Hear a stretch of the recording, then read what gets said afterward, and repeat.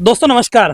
दोस्तों इस समय हम मौजूद है बेनापट्टी शमशान भूमि में। हमारे साथ पूर्व महापौर प्रवीण शेट्टी सर है। इनसे मुलाकात करते ही इन्होंने यहाँ का एक मुद्दा उठाया था, उस पर चर्चा करते फिर इसके बारे में आगे और हम विस्तृत बात करेंगे। महापौर साहब, यहाँ ये बेनापट्टी शमशान भूमि में महानगर पालिका द्वारा जो जिस तरह से खेल सामग्री बिठाई गई थी उसका आपने कहीं ना कहीं विरोध किया था कि वो गलत है और वो हटाई जा चुकी है, क्या कहना चाहेंगे? देखो, ये जो खेल सामग्री लगाने का, जो जिम लगाने का ये प्रस्ताव हमारे पूरे पूरे महानगर पालिका में हम लोग करते हैं, लेकिन वो कैसा गार्डन में लगाते हैं जहाँ लोग घूमने को आते हैं, बच्चे लोग घूमने को आते हैं, तो उधर उसका उपयोग होता है। यहाँ शमशान में लगा के क्या है, यहाँ लोग दुख के माहौल में रहते हैं, किसी के घर में कुछ तो भी बुरा हुआ होता है, मयत हुआ होता है, तो उधर ये दुख के कारण यहाँ आते हैं।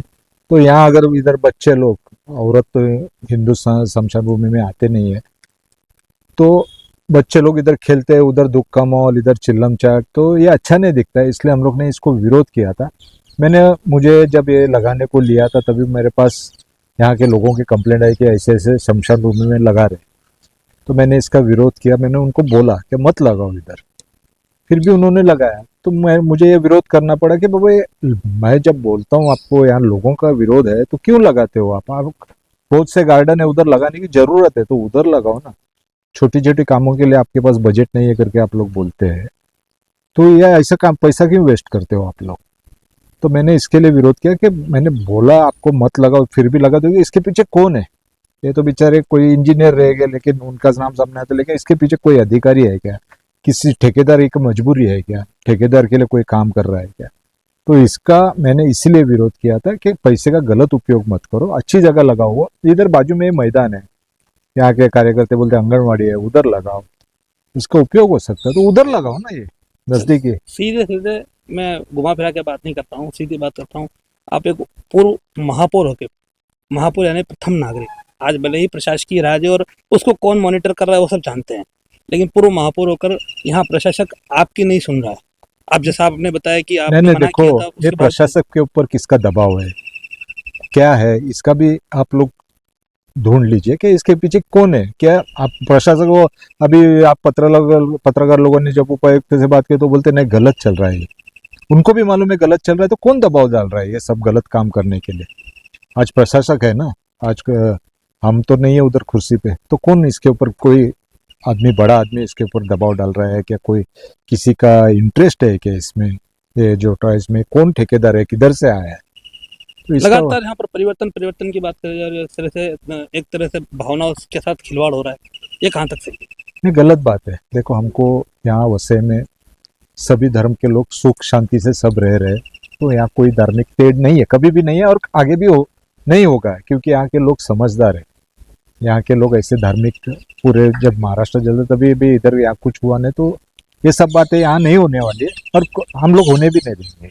आखिरी साल अब वापस आपके विरोध करने के बाद यहाँ से ये सब सामग्री निकाल दी गई। अब इसको निकाल दिया गया है, उसके बाद में इसके पीछे भ्रष्टाचार तो हुआ ही है, कोई उसमें दोहरा है नहीं, क्योंकि इस तरह से लगाया निकाला, अब कहीं ना कहीं जो पैसा बर्बाद हुआ है उसका क्या, जो सामग्री है वो अब जमा की जाएगी, वो भंगार होगी या कहीं और काम आएगी नहीं आएगी, तो उसकी रिकवरी कैसे की जानी चाहिए, उसके लिए क्या करना चाहिए? देखो, ये इसके बाद में जब कभी लोक प्रतिनिधि आएंगे, कोई महापौर वहाँ बैठेगा, कोई नगर सेवक वहाँ लेंगे, तो वो उसकी श्वेत पत्रिका निकालेंगे ना कि 5 साल में क्या क्या उल्टा सुल्टा हुआ है, सब उसका श्वेत पत्रिका निकालेंगे हम। तो हम बात कर रहे थे पूर्व महापौर प्रवीण शेट्टी सर से। उन्होंने बताया किस तरह से यहाँ पर इन्होंने मना किया था, उसके बावजूद महानगर पालिका के संबंधित अधिकारी कर्मचारियों ने उनकी सुनी नहीं। अब आप हिसाब लगाइए कि जब एक पूर्व महापौर जो कि प्रथम पदाधिकारी है शहर के, उनकी नहीं सुनी जा रही, तो जन सामान्य लोगों की यहाँ के प्रशासक क्या ही सुनता होगा। तो ये एक बहुत ही बड़ा दुर्दैवी बात कही जा सकती है। फिलहाल इस शमशान भूमि में जो खेल सामग्री बिठाई गई थी वो निकाल दी गई है। अब सवाल ये कि इस पे जांच कौन करेगा? जांच करनी ही चाहिए। जो आयुक्त थे जिनके समय में ये पास हुआ, वो आयुक्त तो जा चुके हैं। अब नए आयुक्त क्या इसकी जांच करके संबंधित दोषों के ऊपर कार्रवाई करेंगे? तो ये कई सवाल है। फिलहाल यहाँ से निकाल दी गई है। अब गांव वासियों की ये मांग है कि ये खेल सामग्री इसी गांव के कहीं और जगह शिफ्ट की जाए ताकि गांव के लोगों को उसका फायदा मिले।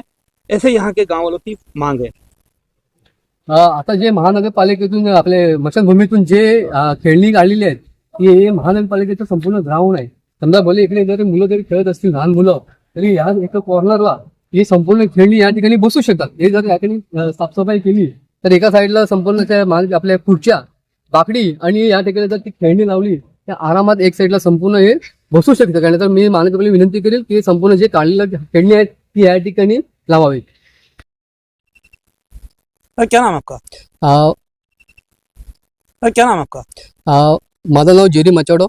पहिल्या प्रथम मी आपलं विनंती करतो की जसं महापौर साहेबांना जसे प्रश्न केले तसे प्रश्न मला करू नका. कारण मी एक सोशल वर्क आहे आणि गरीब जनतेचा आवाज सोशल फाउंडेशन ह्याचा मी संस्थापक अध्यक्ष आहे.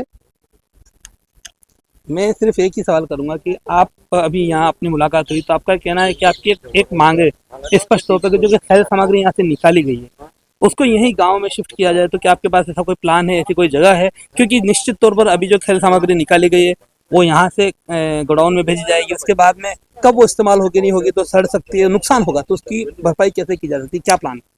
मला वाटतं की महापौर साहेबांनी जे सांगितलं की या स्मशानभूमीत जे खेळाची खेळणी जी लावली होती हे खरोखर खूप चुकीचं होतं आणि एक खूप दुःखदायक होतं. परंतु मी सांगेन आता या ठिकाणी सांगितल्यानंतर जे काढल्यानंतर जे आता टेम्पोमध्ये जे रवाना झाले ते मला वाटते की या ठिकाणी अंगणवाडी शाळा आहे बेनापट्टीला, त्या ठिकाणी एक मोठं ग्राउंड आहे, ते थोडंसं सुशोभ करून म्हणजे साफसफाई करून चांगलं करून त्या ठिकाणी ते खेळणी लावावीत आणि त्या ठिकाणी सिनियर सिटीजनसाठी एक खुर्च्या लावून त्या ठिकाणी जरा व्यवस्थित करून त्या ठिकाणी ती संपूर्ण खेळणी लावीत आणि त्या ठिकाणी तो वापर करून या ठिकाणल्या मुलांना आणि आजूबाजूतील लोकांना त्याचा चांगला उपयोग होईल. अशा पद्धतीने मी सांगेल की दुसऱ्या ठिकाणी लावण्या अगोदर ती या ठिकाणीच लावावेत इतकं सांगतो. तुमचं नाव काय? माझं नाव वनिता. काय सांगणार तुमच्या गावात जो खेळणी बसवली होती तो आता काढली गेलेली आहे त्याच्याबद्दल काय सांगणार? ते आता काय इथेच बसवा ना पोरांना. जागा कोणाची आहेत? हा? हा जागा कोणाची आहेत? जागा कोणाचीच नाही ना रे. महानगरपालिका. तुमचं नाव? सुनील गोतारे. तुम्ही काय सांगणार याबद्दल? आता तुम्ही मशीन खेळवणी तिथे हे केलेलं आहे तर तिथे लहान मुलं जायला घाबरतात. त्याच्यापेक्षा तुम्ही इथं ग्राउंडमध्ये आणून म्हणजे ठेवा, म्हणजे सर्व मुलं खेळतील, आजूबाजूचे मुलं येतील आणि खेळतील आणि मशीनभूमीमध्ये जायला माणसं सगळे घाबरतात मुलं. तेव्हा तुम्ही साहेब तुम्ही इकडेच बांधा ग्राउंडमध्ये, सर्व मुलं खेळायला येतील. मी तुम्हाला पण बरं वाटेल म्हणजे, कारण तिकडे कोणते माहीत आणलं कोण तिथे जाणार आहे ना, आपले आई वडील तिथे पाठवणार नाही लहान मुलांना खेळायला.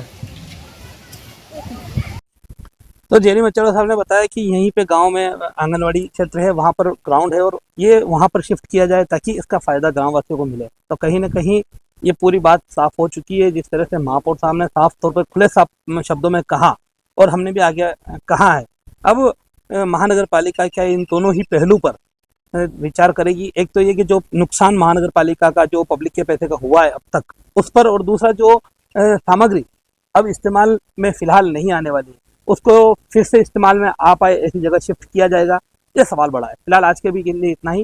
नमस्कार, जय हिंद, जय महाराष्ट्र. हमारे चैनल सैफ न्यूज़ लाइव पर अपने व्यापार और सेवा से संबंधित विज्ञापन प्रसारण हेतु दिए गए मोबाइल नंबर पर संपर्क करें.